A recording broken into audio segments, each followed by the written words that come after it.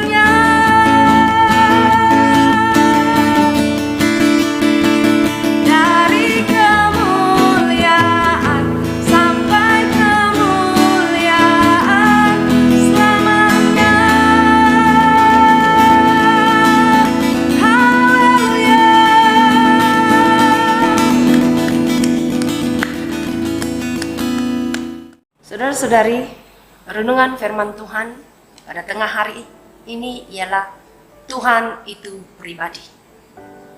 Semasa krisis pandemik, banyak gereja memindahkan ibadah mereka ke platform dalam talian seperti Facebook dan juga YouTube.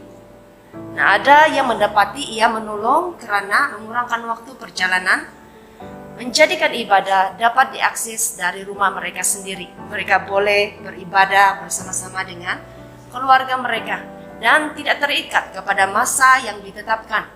Maka setiap keluarga boleh memilih waktu untuk berkumpul bersama-sama beribadah kepada Tuhan. Yang lain mungkin sama seperti saya, yang berasa aneh, tidak biasa untuk mengaitkan gereja dengan screen TV atau komputer maupun telepon bimbit.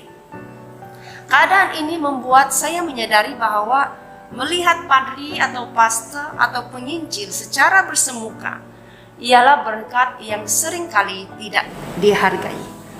Alkitab menyatakan kepada kita bahwa Tuhan itu pribadi. Dia bukanlah ide abstrak, keadaan-keberadaan, konsep, falsafah, atau kekuatan alam.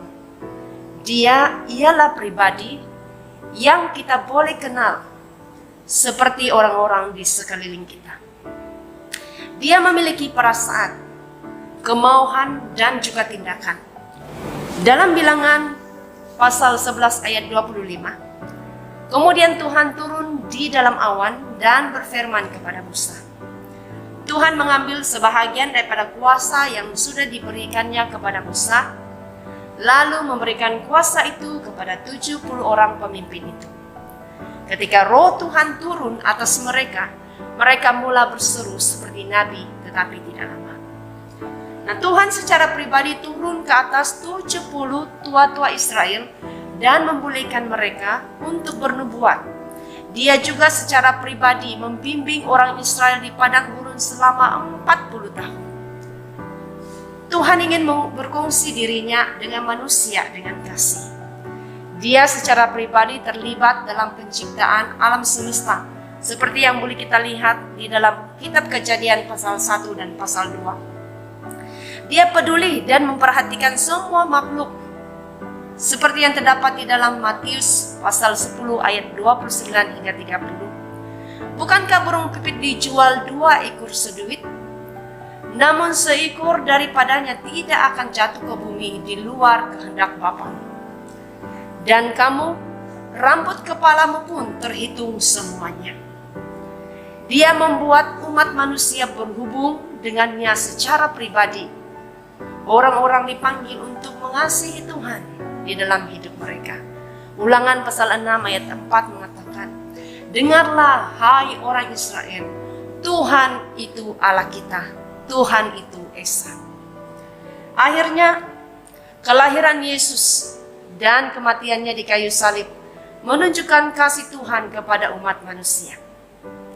Yohanes pasal 3 ayat 16 mengatakan, karena begitu besar kasih Allah akan dunia ini, sehingga ia telah mengaruniakan anaknya yang tunggal, supaya setiap orang yang percaya kepadanya tidak binasa, melainkan beroleh hidup yang kekal.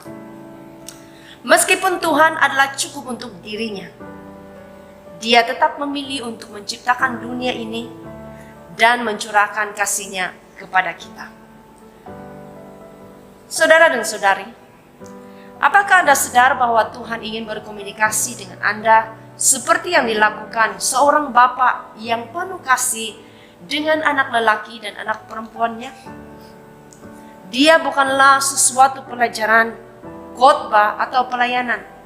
Meskipun dia mungkin berbicara melalui semua itu. Tuhan ialah pribadi yang dapat Anda harapkan, dapat Anda ajak bercakap, dan terima penghiburan serta kekuatan di dalam hidup Anda. Tibalah masanya untuk kita berdoa bersama-sama untuk beberapa bahan doa yang akan saya sebutkan satu persatu sebentar lagi. Mari kita persiapkan hati kita bersama-sama. Bahan doa yang pertama ialah Mari kita berdoa agar kita akan ada pertemuan yang lebih dalam dan perjalanan pribadi dengan Tuhan, agar kita lebih mengenal Dia dan bertumbuh menjadi lebih seperti Dia, dan kita semakin berkurang. Mari kita berdoa. Tuhan Yesus, terima kasih atas firman-Mu yang mengingatkan dan menyadarkan kami bahwa Engkau adalah pribadi yang nyata, yang dekat dengan kami, serta memperhatikan hidup kami.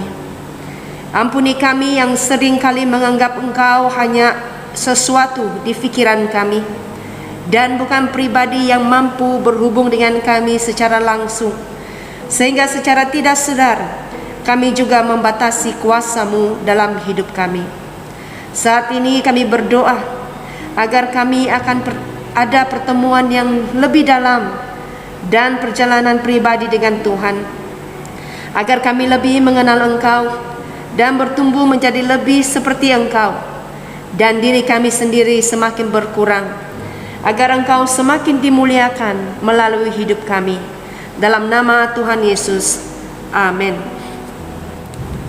Yang kedua, mari kita berdoa agar rakyat Malaysia selalu diberi hak untuk kebebasan bersuara, supaya mereka menggunakan hak ini dengan cara yang positif dan membina, baik secara pribadi maupun korporat, dalam platform talian atau luar talian, dan agar agama selalu dibincangkan dengan sensitif dan bijaksana.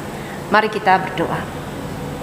Tuhan Yesus, kami bersyukur karena negara kami Malaysia memakai sistem demokrasi dalam pemerintahan negara. Kami berdoa agar rakyat Malaysia selalu diberi hak untuk kebebasan bersuara, supaya mereka menggunakan hak ini dengan cara yang positif dan membina, baik secara pribadi maupun korporat, dalam platform talian atau luar talian, dan agar agama selalu dibincang dengan sensitif dan bijaksana, sehingga tidak menimbulkan pergaduhan dan saling menghina atau memperlekehkan di kalangan masyarakat Malaysia. Dalam nama Tuhan Yesus, amin. Yang ketiga, mari kita berdoa untuk suku Temok di Temerloh Pahang, agar mereka menerima Kristus tanpa syarat dan disembuhkan daripada penolakan yang mereka rasakan karena diklasifikasikan sebagai orang liar dan tidak berbudaya, yang tidak diterima oleh orang lain. Mari kita berdoa.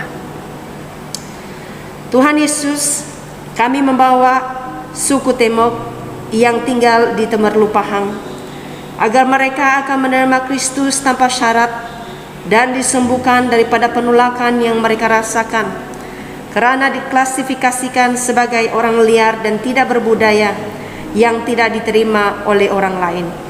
Kami percaya apabila mereka mengenal kasih-Mu dan menerima Engkau sebagai Tuhan dan penyelamat pribadi mereka, segala perasaan ditolak, dikucilkan, tidak dihargai akan hilang, karena mereka menyadari bahwa mereka begitu berharga di hati Tuhan yang Maha Kuasa. Dalam nama Tuhan Yesus, amin. Yang keempat, mari kita doakan gereja-gereja di Malaysia agar diurapi dan diutus untuk membawa kebangkitan rohani gereja di dalam negara kita, yang akan memberi kesan kepada masyarakat melalui orang-orang Kristen yang berjalan di dalam kesucian dan kesalihan. Doakan agar kebangkitan rohani gereja akan membawa berkat bagi bangsa kita dan juga untuk generasi yang akan datang. Mari kita berdoa. Tuhan Yesus, kami saat ini mau terus berdoa untuk gereja-gereja di Malaysia, agar diurapi dan diutus untuk membawa kebangkitan rohani gereja di dalam negara ini, yang akan memberi kesan kepada masyarakat melalui orang-orang Kristen yang berjalan di dalam kesucian dan kesalehan, yang menunjukkan pribadi Tuhan yang kami sembah dan percayai. Kami berdoa agar kebangkitan gereja juga akan membawa berkat bagi bangsa kami, malah bagi semua bangsa dalam negara ini, dan juga untuk generasi yang akan datang. Dalam nama Yesus Kristus, amin. Yang kelima, mari kita doakan pembentukan keluarga Kristen yang kuat dan sehat. Keluarga adalah tempat di mana anak-anak belajar tentang Tuhan, cinta, penerimaan, dan pengampunan. Oleh itu, doakan ibu bapa dan datuk nenek Kristen untuk memuridkan dan mengasuh generasi Kristen yang setia, taat, dan berani. Doakan juga agar altar doa keluarga dalam keluarga Kristen dan firman Tuhan diajar dan diamalkan di rumah, sehingga nilai-nilai Kristen yang bermula daripada rumah Kristen, rumah keluarga Kristen meresap ke dalam masyarakat, seterusnya memberi kesan dan mempengaruhi kepada masyarakat. Mari kita berdoa. Tuhan Yesus, kami berdoa untuk pembentukan keluarga Kristen yang kuat dan sehat. Kami sadar bahwa keluarga adalah tempat di mana anak-anak belajar tentang Tuhan, tentang cinta, penerimaan, dan pengampunan. Oleh itu kami mau berdoa agar ibu bapa dan datuk nenek Kristen akan sadar dan mengambil peranan untuk memuridkan dan mengasuh anak-anak dan generasi Kristen yang setia, taat, dan berani. Kami juga berdoa agar altar doa keluarga didirikan dalam keluarga Kristen dan firman Tuhan diajar dan diamalkan di rumah, sehingga nilai-nilai Kristen yang bermula daripada rumah keluarga Kristen meresap ke dalam masyarakat, seterusnya memberi kesan dan pengaruh kepada masyarakat. Dalam nama Yesus Kristus, amin. Bahan doa yang ke-6, mari kita berdoa untuk negara Malaysia. Minta kepada Tuhan untuk mengangkat negarawan dan pemimpin yang takut akan Tuhan. Berdoa untuk semua yang terlibat di dalam pentadbiran dan pemerintahan, kaki tangan kerajaan, untuk melaksanakan tugas dan peranan mereka dengan tekun demi kebaikan negara dan warganya. Mari kita berdoa bersama-sama. Tuhan Yesus, kami membawa di hadapan-Mu negara kami Malaysia yang tercinta. Kami minta agar Engkau mengangkat negarawan dan pemimpin yang takut akan Tuhan, sehingga dengan hati yang takut akan Tuhan, mereka akan melaksanakan tanggung jawab mereka dengan tulus dan amanah, serta sungguh-sungguh memikirkan kesejahteraan negara dan penduduknya.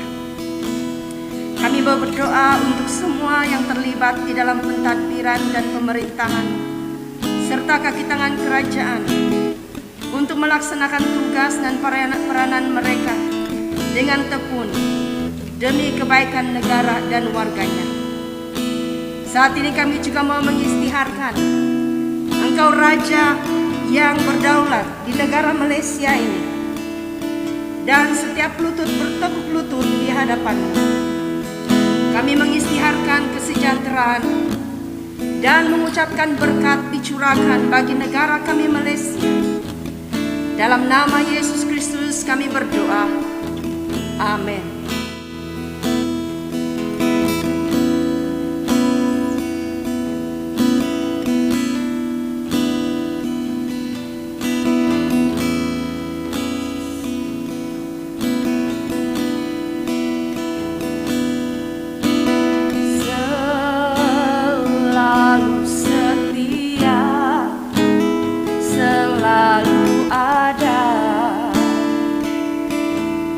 Kau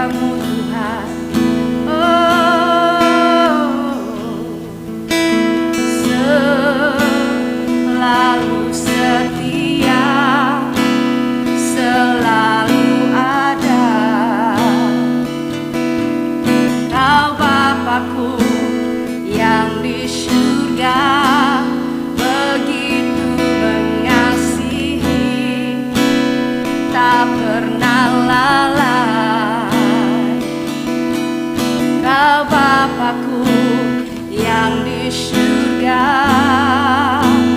lebih dari siapapun. Engkau sungguh sempurna,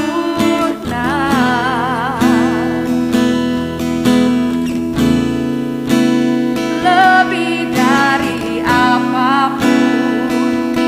Hadirmu meneduhkanku, Bapa. Ku percaya padamu. Aku biji matamu, kau membangun hidupku dalam segala perkaraku. Engkau turut bekerja, ku percaya padamu, Bapa. Ku percaya padamu.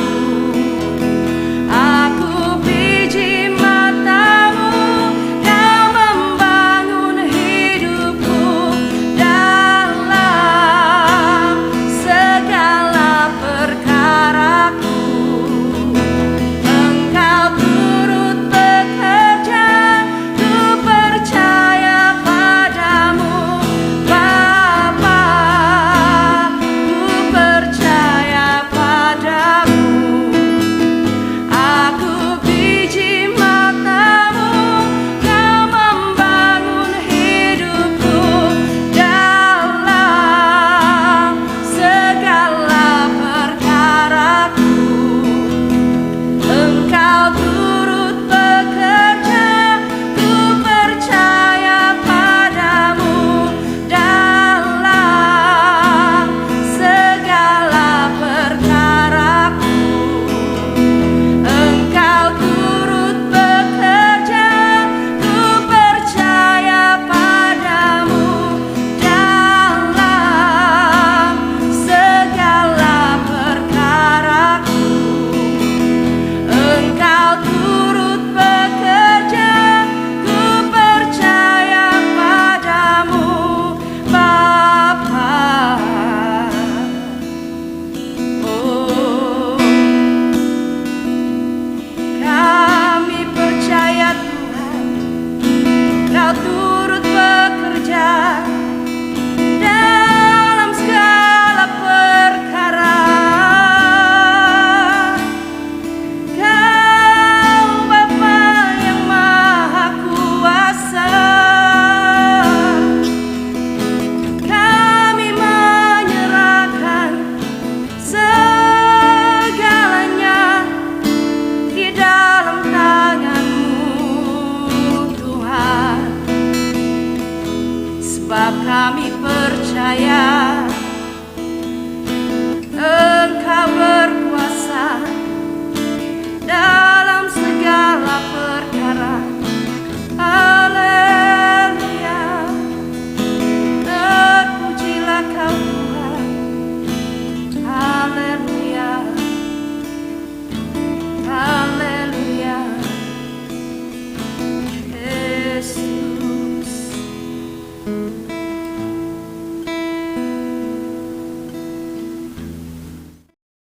Saudara dan saudari, mari kita berdoa seperti doa yang diajarkan oleh penyelamat kita Yesus Kristus. Bapa kami yang di surga, dikuduskanlah nama-Mu. Datanglah kerajaan-Mu, jadilah kehendak-Mu di bumi seperti di surga. Berikanlah kami pada hari ini makanan kami sehari-hari. Ampunilah kami akan dosa-dosa kami, seperti kami juga mengampuni orang yang bersalah kepada kami. Janganlah membawa kami ke dalam pencobaan, tetapi lepaskanlah kami daripada yang jahat. Karena Engkaulah yang punya kerajaan, kuasa, dan kemuliaan, sekarang dan sampai selama-lamanya. Amin. Mari kita bersama-sama dalam doa berkat. Kasih karunia Tuhan Yesus kita dan kasih Allah dan persekutuan Roh Kudus menyertai kita sekalian selama-lamanya. Amin. Saudara dan saudari,